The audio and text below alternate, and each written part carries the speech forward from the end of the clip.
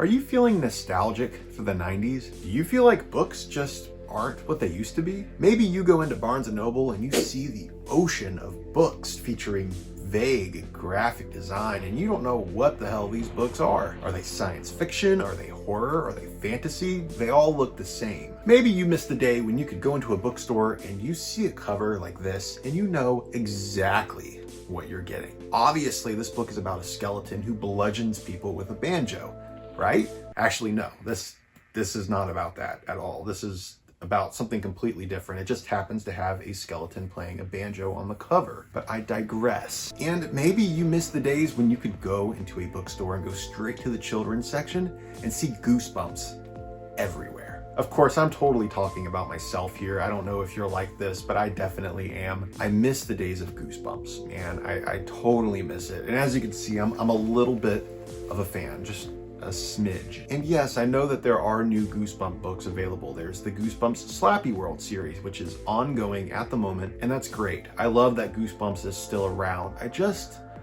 miss what it used to be, you know? I've read quite a few of the newer Goosebump books, and they just don't have the same feel that those original Goosebumps books did back in the 90s when I was a little Cameron. But I have stumbled across a few Goosebumps throwbacks that actually capture the essence of the original Goosebump books even better than the new Goosebumps books do. So stick around because I'm going to be recommending several brand new Goosebumps throwback book series that you should read if you love Goosebumps.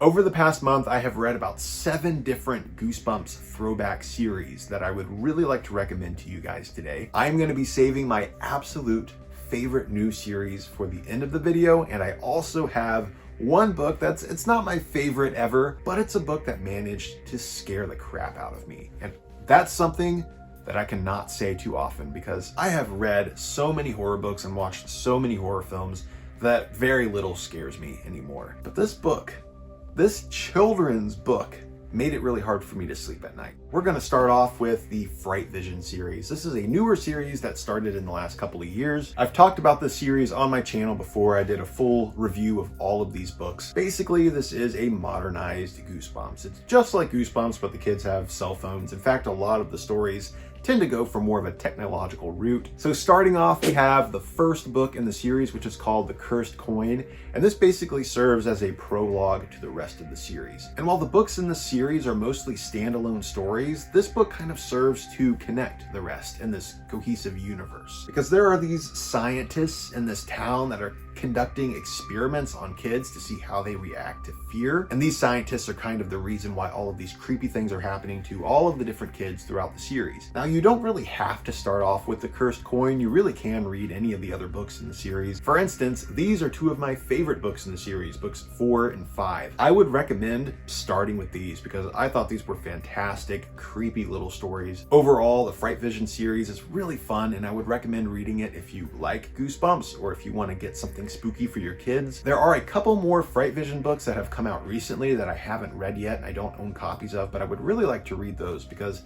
it's a fun series and I would recommend it. Very similar, we have Twisted Books to Leave You Shook. This is book number 1 in the series by C.S. James. This one is called Fright Filter, and it's very similar to the Fright Vision series in that it brings the Goosebumps series to a modern age where kids are tech savvy. Yes, kids have cell phones now, whether we like it or not. These books really just embrace that aspect. This is the first book. There is one other book in the series so far called Toy Horror Story, which is kind of like a twist on Toy Story. This one, Fright Filter, is a little bit more like The Haunted Mask, but instead of a mask, we have face filters on this girl's cell phone. And these monster face filters start to literally turn her face into a monster. This was a fun little read. I really enjoyed it. This had a lot of goopy body horror, and it also had a lot of heart to it because it deals with some heavier subject matter than the Goosebump books ever did. Don't worry, it's not too heavy. Your kids are going to be able to handle it. It really just deals with this main character who has just lost her dad, and she's kind of changed a little bit as a person, and these spooky face filters and the fact that she's turning into a monster is kind of symbolic for that. Another series that I recommend is the Frightville books. This is a series of 4 books so far. I'm not sure if any more books are going to come out yet. I really hope they do. This series is published by Scholastic, and it is written by Mike Ford, who is actually a bit of a veteran when it comes to children's horror. This guy wrote a lot of the TV tie-in books that went with the Erie, Indiana series, which is one of my favorite TV shows growing up. I absolutely loved that show. He is also the author of the Spine Tinglers books, which was an actual legitimate Goosebumps ripoff from back in the day. I read a whole bunch of those books growing up, and I was really excited to find out that he is still doing children's horror. This series was a lot of fun. It's about this store called Frightville, and this store is like an oddity shop. They sell a whole bunch of like cursed objects. It's awesome. Like, I would shop there. Each of these books follows a different kid going into this store, buying something, and then creepy stuff happens. Like this one here, Don't Let the Doll In, is about this girl who has just built this dollhouse and she needs a doll to live in the dollhouse, right? So she goes to Frightville and she buys a doll. The doll is haunted. Stuff happens.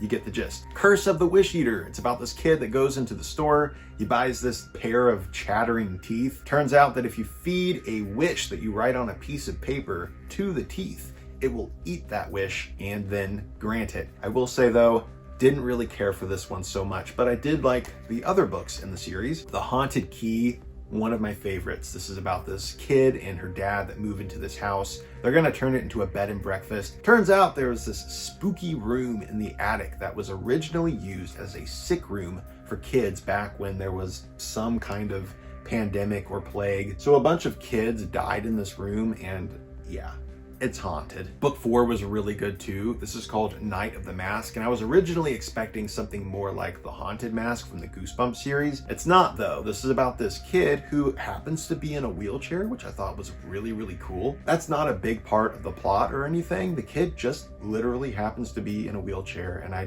really love that representation. I thought it was great. Anyway, this kid is invited to his classmate's birthday party, which happens to be a costume party, so he has to get a mask for the party. So he goes to Frightville, he buys this creepy bat mask, which allows him to see these creepy little creatures, which really reminded me of that old 70s TV movie, Don't Be Afraid of the Dark. These creatures were a lot like that, but a little less creepy. They're kind of funny, honestly. This book had a lot of humor in it. So there is the Frightville series. I highly recommend it. I thought it was just very easy breezy reading. I actually brought this one to the cemetery one day and read it there. It was a mood, you know.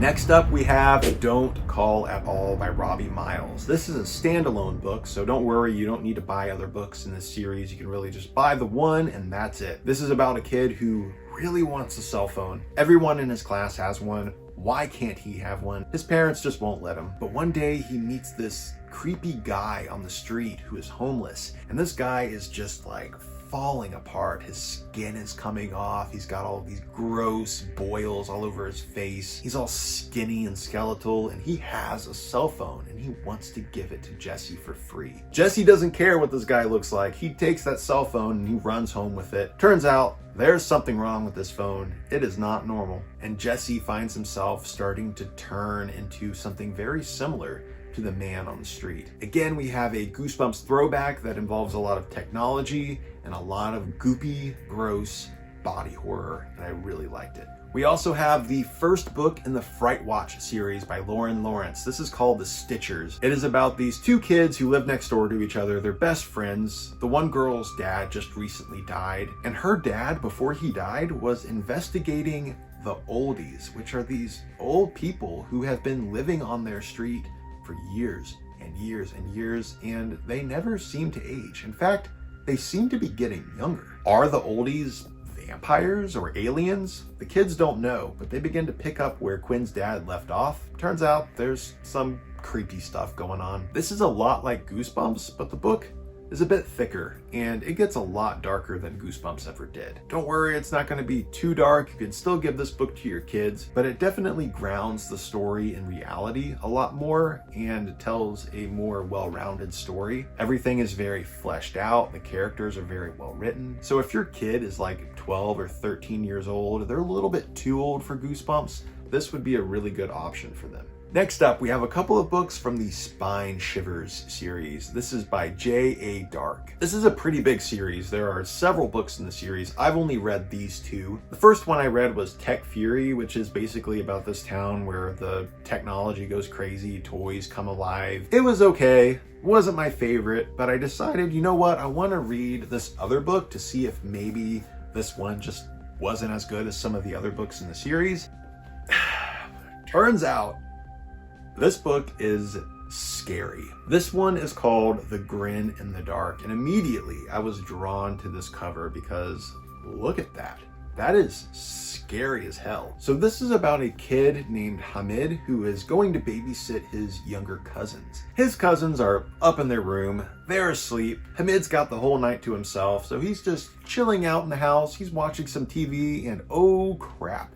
He sees a notification saying that there is a crazed killer on the loose, and he's in the area where Hamid is babysitting. And it doesn't help at all that his cousins keep waking up screaming, saying that they're both having the same dream about this creepy clown that keeps coming into their room at night and staring at them while they sleep. Of course, the kids have been having this nightmare for the past couple of weeks because their mom collects creepy clowns. Why does she do that? I don't know, but she has this creepy life-sized clown doll sitting in a rocking chair in her bedroom. So that's probably why the kids are having these dreams, right? Well, upon having a conversation with their mom on the phone, turns out she doesn't own a creepy life-size clown doll at all. And the story goes from there. So obviously this is playing on that old urban legend. I have seen this done many times before, but man, this book did it really well, to the point where I was reading this at night before bed and it was legitimately creeping me out, to the point where I was like, I don't know if I'm gonna be able to sleep after this. Just the idea of seeing this creepy clown doll and then knowing that there's somebody inside of it, so creepy. And don't worry, I'm not giving too much away. There actually is a really interesting twist to this book that I didn't see coming. So there is something new here. Overall, really creepy. So read this. This one, you can read if you want to, but I recommend starting with this one because it creeped me out. But that isn't my favorite Goosebumps throwback. There's one more I have to talk about, and that is the MonsterStreet series by J.H. Reynolds. There are currently 4 books in this series. I don't know if they're going to continue on with the series. Again, I really hope they do because this is a fantastic series. But I have read both of these, and I listened to the audiobook of the 3rd book, which is called Carnival. Man, what a great series. So the first book is called The Boy Who Cried Werewolf, and it's about this kid who is going to stay with his grandparents way out in the middle of nowhere. This kid's dad died when he was very, very young, so he never knew his dad, but it turns out his grandparents have something of his dad's that they want to give to him. But there also might be a man-eating werewolf loose in the woods, so that's another problem. This book had so much heart and just all of those autumnal vibes. Of course, it is Halloween time on the farm, so you've got pumpkin patches and all that good stuff. But I liked the second book, The Halloweeners, even more. This book I gave 5 stars to. So this is about a group of kids who call themselves the Halloweeners, and our main character has just been initiated into the group, and basically these kids are just Halloween nuts. They love everything that has to do with Halloween and monsters and horror films, and they also really respect Halloween as a holiday. So they have to honor all of the rules and traditions of Samhain. You know, you gotta keep the candle lit and the jack-o'-lantern. If a sign on the candy bowl says to take 1 piece, you have to take 1 piece. Otherwise, it's bad juju. But it turns out that some of the candy that the kids take from the witch's house in town happens to be cursed, and the kids start turning into their costumes. So this was a lot like the Haunted Mask from the Goosebumps series. This was basically just an explosion of Halloween, and I could really tell that J.H. Reynolds, the author, was a huge Halloween kid, and I can tell that he's still a Halloween kid even as an adult. He just seems so nostalgic with his writing, and it just made me feel like a kid again, and I loved it so much. The next book is called Carnival, and man, the series just keeps getting better and better. This book is about a couple of kids who go to stay with their aunt, I believe. Turns out there's this Halloween carnival in town. Oh, Halloween Carnival. If you guys have read my book, Autumn Crow, you would know that I wrote about a Halloween carnival in that as well. I have a thing about Halloween carnivals. So I was really pumped to read a book centered completely around a Halloween carnival. Of course, it turns out there's a lot more to this carnival than meets the eye. This book was dark. It was so dark. The entire time I was listening to the audiobook, I was just like, dark, dark, dark. Carnival deals a lot with death and sacrifice, and it really leans into it. It doesn't talk down to its readers at all. It just goes for it. There are a couple of really genuinely creepy scenes in this book. There's one scene in particular that involves a dungeon with our main character and a man with a pumpkin head. It really reminded me of Return to Oz, except the pumpkin-headed man in this isn't like Jack Pumpkinhead. He's a little creepier, dark, and so good. I loved this book, and it's also packed with heart. It has so much heart to the point where at the end of the book, I was crying. I was literally crying my eyes out, because you have this story about these two brothers that are always fighting, and then at the end of the book they come together. They realize, that they really need each other. There's a lot of sacrifice involved. One of my new favorite series, probably of all time, and I could see myself rereading this series every Halloween. And the thing is, I don't see anybody talking about this series. Like, there's hardly anybody out there reading this. Kasha from Kasha's Book Cemetery, she recently just binge read the entire series and did a really good video about it, but she found out about the series through me. There's just nobody else reading these books, and I don't know why, because they're so good. So please, please go buy these books, go read them, because I would really like to see this series continue, and I think people owe it to themselves to go and pick up copies of this series. And I think I'm gonna need to re-buy these in hardcover and get the other two books, because I think I'm gonna be reading these a lot, and I'm gonna need some hardcover editions. Anyway, there we go. There is a whole stack of Goosebumps throwbacks to get you started. There's a lot out there, and these, I think, are totally worth your time. Of course, if you want to purchase any of these books, I'm going to leave links down below in the graveyard so you can go and check them out. Thank you all so much for watching this video. Don't forget to give me a like and comment down below, and I will catch you in the next episode of Library Macabre. Later, creeps.